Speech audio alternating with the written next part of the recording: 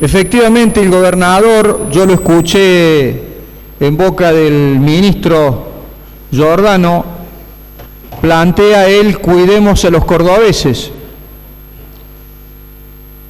Y a veces resulta complejo, y más allá de que uno técnicamente va a intentar explicar el por qué ese eslogan que resulta tan pero tan atractivo a lo sentimental de cuidemos a los cordobeses, es difícil que uno lo pueda transmitir en la realidad de este presupuesto. Mi bloque viene sosteniendo en forma permanente, en muchas de las discusiones que se vienen dando en la legislatura, que estamos en un círculo vicioso en lo económico y que desde ya, ratifico los dichos del legislador, tiene que ver con una coyuntura económica compleja a nivel nacional, pero que no escapa que Córdoba se encuentra en un esquema de deuda creciente, recaudación que va cayendo y déficit financiero. Y ahí es donde me parece que es el punto central del por qué el cuidemos a los cordobeses no se refleja en este presupuesto. Fíjese que le voy a dar algunos números que me parece que pueden empezar a reflejar mi exposición. El presupuesto del año 2016, y me voy a remontar a, como decía el legislador preopinante, los presupuestos aprobados anteriormente por esta legislatura, fue de 86.670 millones. El del 2017, 126.393,34. 2018, 153.802,379. El 2019, 220.745 millones. Y el actual que estamos discutiendo, 334.000 millones. En algunos números que tengo que serles sincero, hago esta acotación rápido y lo dejo ahí, no coinciden con las presentaciones que ha hecho el ministro y la secretaria de Finanzas, pero obviamente uno se guía por lo que está presentado como proyecto de ley.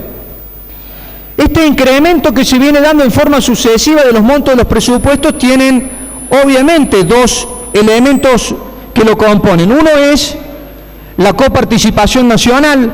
Córdoba fue de las primeras provincias que recibió el 15% que se había planteado, incluso todos los cordobeses, todos los bloques, todos los partidos lo habíamos reclamado, y que con gran justicia se le concedió ese 15% de coparticipación. Fue una de las 3 primeras provincias que lo recibió, y tiene que ver también con otro elemento que es central en este presupuesto, que es la presión impositiva récord.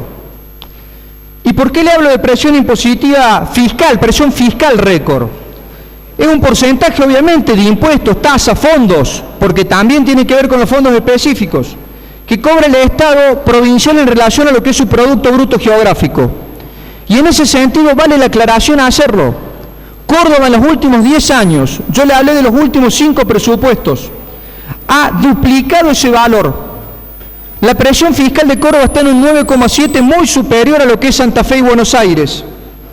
Pero tiene que ver también con que si indudablemente nosotros minimizamos lo que son los incrementos en el inmobiliario urbano, que lo pagan más de 1.059.000 parcelas en la provincia de Córdoba, rural, que lo pagan más de 259.000 propietarios de su menor o mayor medida campos, y baldíos, si minimizamos los porcentajes de incremento, sin lugar a dudas nunca vamos a poder discutir si nos encontramos una presión fiscal récord o no.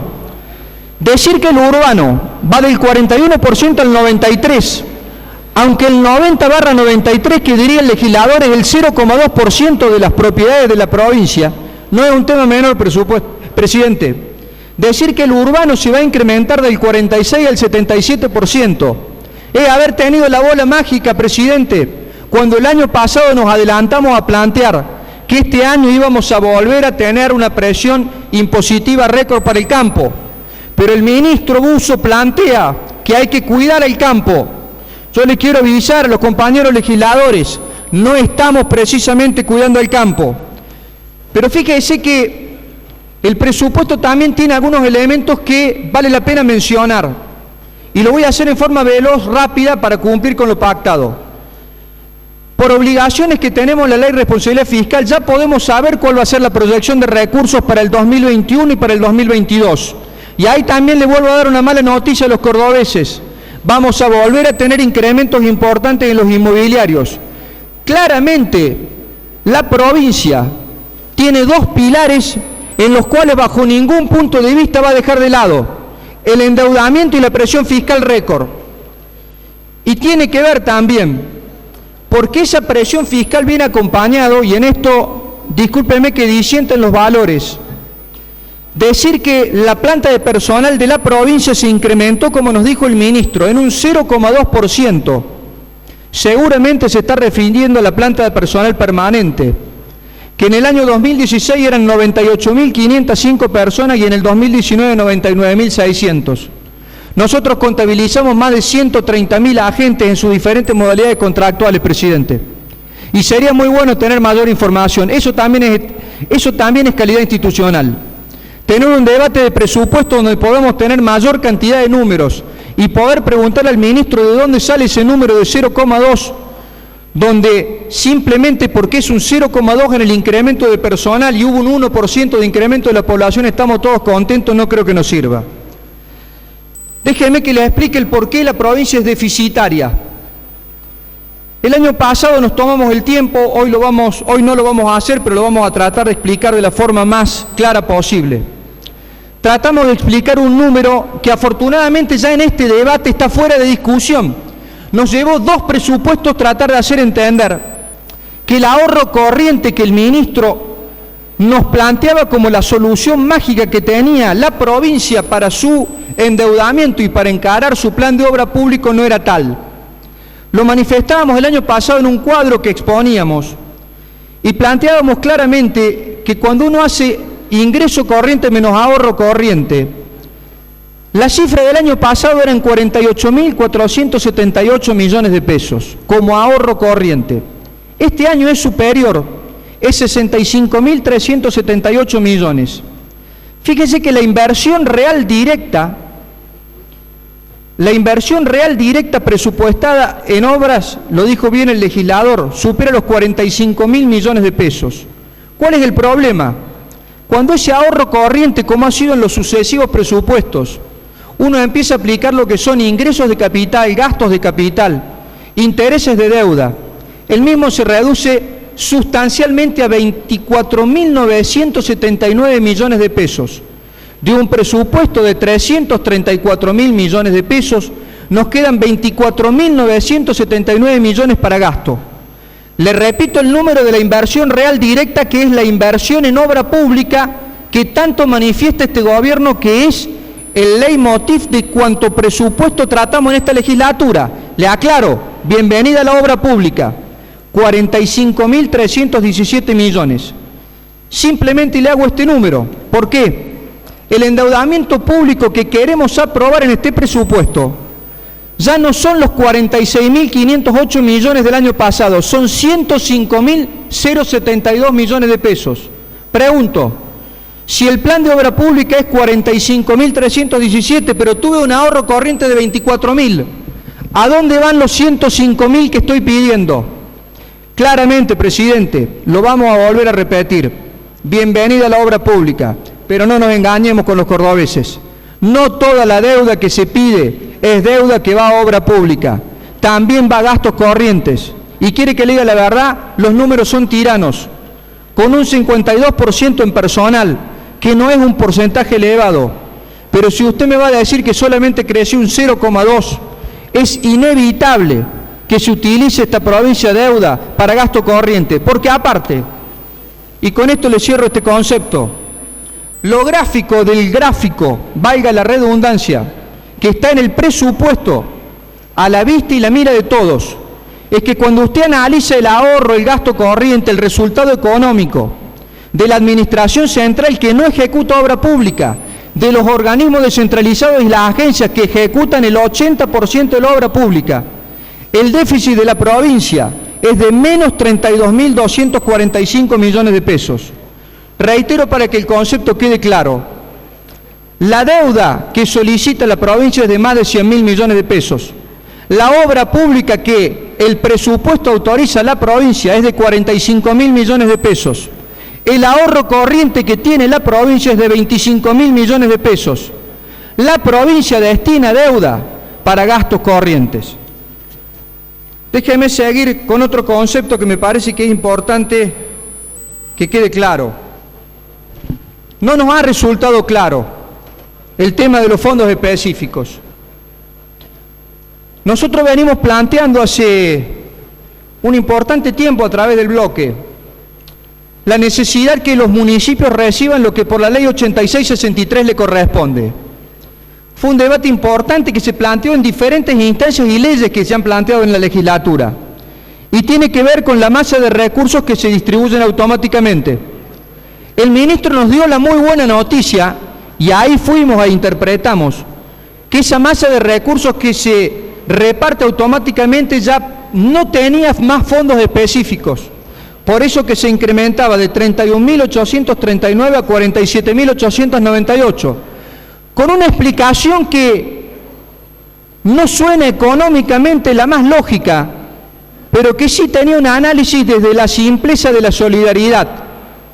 La explicación del ministro fue que en las épocas buenas, interpreto yo que en las épocas buenas de recaudación, era posible detraerle de la masa coparticipable a los municipios para administrarlo a través de fondos específicos, que tenían por supuesto sus fines específicos. En su gran mayoría, presidente, no ejecutados, en su gran mayoría en el 100% de lo que se le había detraído al municipio.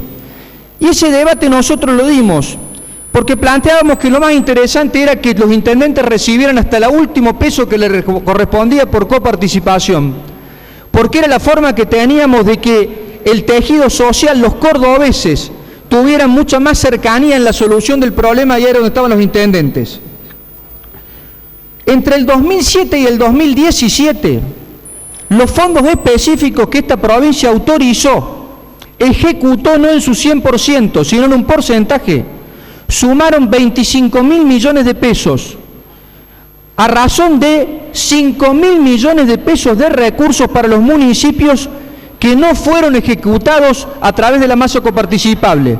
Si esto, a partir de este presupuesto, con aquel compromiso asumido por el gobernador en el año 2017, por el cual se eliminaban los fondos específicos del inmobiliario rural, pero continuaba el fondo específico de ingresos brutos, y el ministro nos vino a dar la buena noticia que no hay más fondos específicos, creo que la buena noticia duró algunos días, porque lamentablemente para algunos colegas que van a ser intendentes, futuros intendentes, y para los intendentes de esta provincia, quiero decirle que discrecionalmente se van a seguir manejando algunos fondos a través del fondo fiduciario para lo que tiene que ver con lo rural, y seguramente, porque no queda claro, el fondo que afecta a ingresos brutos y que tiene que ver con el inmobiliario urbano. Mire, nosotros hemos planteado reiteradamente que el plan de ejecución de un presupuesto es responsabilidad de quien gobierna. Los que estamos en la oposición podemos requerir calidad institucional, podemos pedir control del gasto, podemos dar nuestra opinión sobre qué nos parece que es prioridad o no para los cordobeses, pero queda absolutamente claro que esa discrecionalidad la otorga el votante.